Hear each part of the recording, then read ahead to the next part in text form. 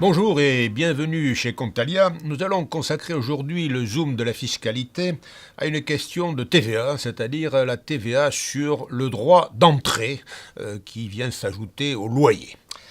Alors, le Conseil d'État, à l'occasion de cette affaire, rappelle un certain nombre de grands principes qu'il est toujours opportun d'avoir en tête lorsqu'on s'occupe de TVA. Vous voyez, les grands principes permettent souvent de régler les petites questions pratiques et concrètes. Alors d'abord, les faits.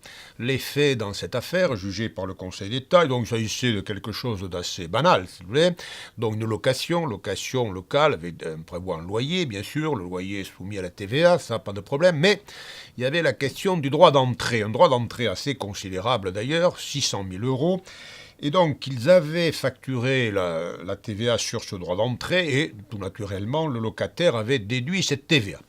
Et alors, le litige portait là-dessus, parce que l'administration estimait que la TVA ne s'appliquait pas sur les 600 000 et par conséquent, elle remettait en cause la déduction. Voilà quel était le litige. Autrement dit, vous voyez, à partir de ces circonstances, litige, est-ce que la TVA s'applique sur le droit d'entrée, c'est-à-dire sur les 600 000 ?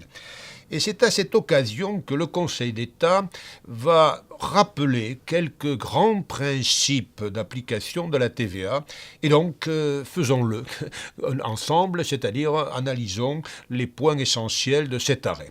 Et d'abord, les opérations soumises à la TVA. Quand une opération est-elle soumise à la TVA ? Bien, pour être soumise à la TVA, il faut qu'il y ait une contrepartie. Et de surcroît, il faut qu'il y ait un lien direct entre le versement d'une somme et le service éventuellement qui est rendu. En revanche, on ne soumettrait pas à la TVA, par exemple, une indemnité qui est destinée à réparer un préjudice. Donc, premier point ici, y a-t-il une contrepartie ? Oui, effectivement, parce que c'était la location. Y a-t-il un lien direct ? Oui, parce qu'entre le versement et puis le service. Mais, apportons cette précision, parce qu'il s'agit ici d'une opération, disons, multiple, double. Voyez-vous, il y avait quand même deux séries de sommes qui étaient en jeu. C'est là-dessus que portait le litige, là-dessus que l'administration avait fait porter son argumentation. Il y avait le loyer. Le loyer, lui, était soumis à la TVA, personne ne le contestait. Mais il y avait une deuxième catégorie d'opération, deuxième somme, c'est-à-dire les 600 000, c'est-à-dire le droit d'entrée. Et par conséquent, là, c'était une opération double, en quelque sorte. Vous voyez, je paye le loyer, mais je paye aussi le droit d'entrée. Et dans ce cas-là, quand il s'agit d'une opération multiple, en l'occurrence double, ici, il s'agit d'analyser si cette opération peut être ou non considérée comme une opération unique. Et là-dessus, le Conseil d'État se réfère à la jurisprudence de la Cour de justice de l'Union européenne pour analyser cette opération. Et effectivement, le Conseil d'État estime, ce qui apparaît comme une solution de bon sens, que cette double opération, le versement du droit d'entrée et le versement des loyers, en réalité est une opération unique, puisque la contrepartie, c'est évidemment la mise à disposition des locaux, c'est bien une opération unique que l'on peut considérer comme une location, le prix global, c'est la location, loyer, plus le droit d'entrée. Et par conséquent, ayant dit ceci, c'est une opération unique. Le Conseil d'État va ici écarter deux arguments, d'abord avant d'aboutir à la conclusion selon laquelle, je vous dis tout de suite, la TVA s'applique sur les 600 000. Mais on écarte d'abord les deux arguments. Premier argument, la société avait comptabilisé cela en immobilisation, IMO incorporel, ce qui apparaissait logique d'un point de vue comptable. Le Conseil d'État dit, ah oui, mais le fait d'avoir comptabilisé ça en IMO incorporel, en l'occurrence, n'a aucune incidence sur la TVA. Le fait que ce soit une IMO n'a pas d'incidence et on peut considérer, même dans ce cas, qu'il s'agit d'une opération soumise à la TVA. Deuxième argument qui avait été aussi avancé, est-ce qu'on ne pouvait pas considérer que ce versement-là, donc d'une IMO incorporelle en l'occurrence, est-ce que ce n'était pas le transfert d'une universalité ?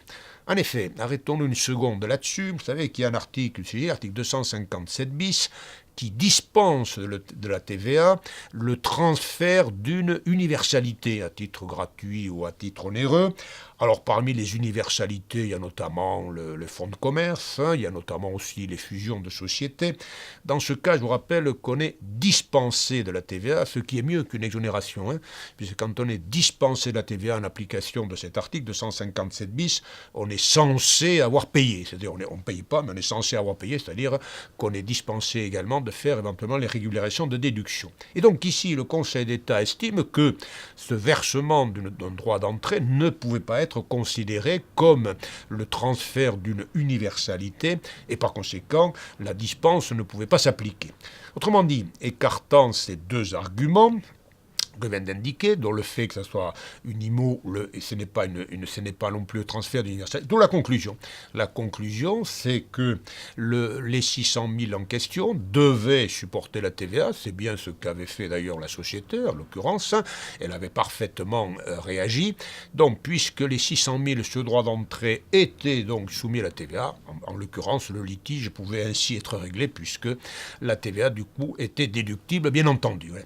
Et donc, à partir de ce cas un peu particulier, la question de ce droit d'entrée, ça permet, c'est ça qui est intéressant dans cet arrêt, de rappeler quand même quelques principes fondamentaux de la TVA, en particulier donc le champ d'application, la contrepartie, et je me permets d'attirer votre attention là-dessus, l'analyse intéressante du Conseil d'État sur l'opération unique, le fait que, ayant versé deux choses différentes, quand même la contrepartie était unique. Voilà pour ces considérations générales, mais importantes pour régler, vous allez voir, des cas particuliers. Vous le voyez, pour en l'occurrence, savoir si ce droit d'entrée était ou non soumis à la TVA. Voilà, je vous remercie et je vous donne rendez-vous pour un prochain Zoom de la fiscalité chez Contalia. Au revoir.